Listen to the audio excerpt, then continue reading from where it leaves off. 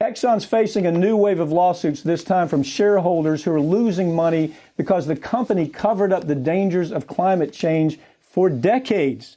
Now, I got to tell you something. Every now and then you'll see a case on climate change that you say, you know what, that's probably going to work. You and I talked about the children's case that was filed where you had children that were filing cases where they're asking the court to tell the government on a writ of mandamus, you must comply with the law. You must comply with the Clean Air Bill. And that was something that will work. I feel like that will work. This is another one. Shareholders said, look, Exxon, you lied to us. You had us investing all this money. While we were doing that, you didn't tell us where this could end up. It's going to end up badly. What's your take? You know, we have evidence, paper evidence, documents from Exxon that show that I believe it was 1948 was one of the first times they admitted amongst themselves internally that, hey, there is a direct connection between what we do and this thing we're calling a greenhouse effect.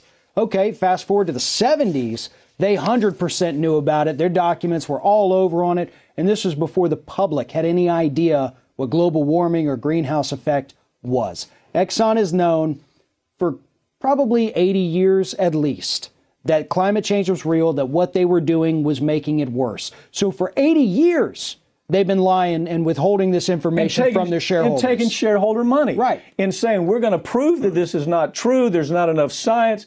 While they were saying there wasn't enough science, their own in-house scientists were saying, yeah, climate change is true. And oh, by the way, greenhouse gases are caused by what we're selling as far as fossil fuels.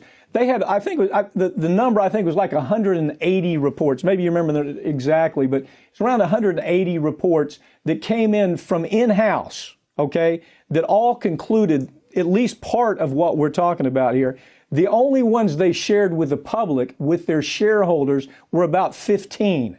And even those, they kind of phonied up to make it look like there's not a problem here. So I think the shareholder case has real possibility, shareholder derivative case in this situation has a possibility, at least in getting us as far as telling the whole story.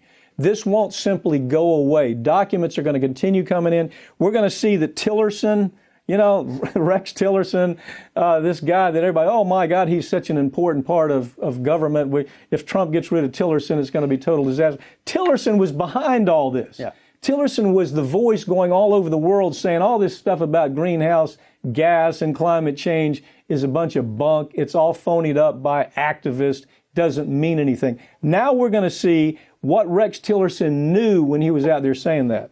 Well, yeah, absolutely. And we know what Rex Tillerson knew.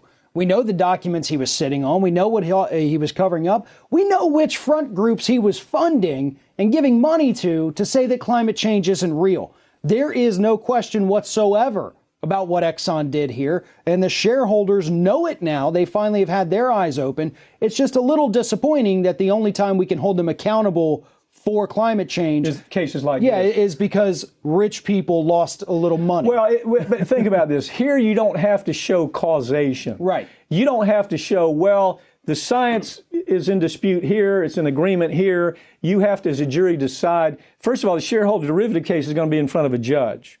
And what's going to be decided is how much information did you hide from the American public? How did you draw shareholders into continuing to invest in your company when in your own file cabinet you had these letters, you had memos, you had reports from your own scientists saying this is a big deal. We have to do something about it. And other shareholders at other oil companies need to follow suit as well to see what the company they're investing in has been hiding too. Yeah.